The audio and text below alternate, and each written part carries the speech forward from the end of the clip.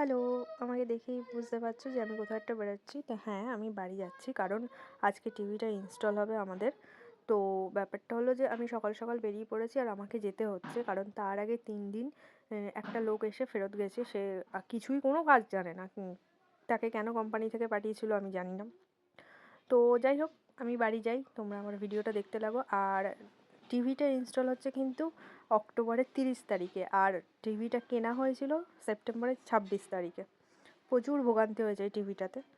তো গল্প করতে করতে আমি অনেকটা দূর চলে এসেছি। আমি ধামাকালির বাসে বসে গেছি। এবার নদীটা পেরোবো, আর কিছুক্ষণের মধ্যেই আমি বাড়ি চলে যাব। এই দেখো, আমি বলতে বলতে নদী পাড়েও চলে এসেছি। আর এই যে আমাদের এখানে ভ্যানে করে যেতে হয়, তো আমি বসে গেছি। আর এরকম চিংড়ি মাছের মতো কেন লাফাচ্ছিলাম দাঁড়াও বলছি। রাস্তা না আমাদের ওখানে এত খারাপ, মানে এখন রাস্তাটা, মানে বহু বছর পর রাস্তার এখন কাজ হচ্ছে, একটু ভালো হচ্ছে। না হলে আমাদের যা রাস্তা ছিল না, বাপরে বাপ। তো ফাইনালি আমি বাড়ি চলে এসেছি অনেকক্ষণ পর। সকাল সকাল যেহেতু বেরিয়েছিলাম, তার জন্য সকাল সকাল বাড়িতে পৌঁছেও গেছি। আর ওই যে পেছনে দেখো, আমাদের পুকুরের ঘাটের কাজ হচ্ছে।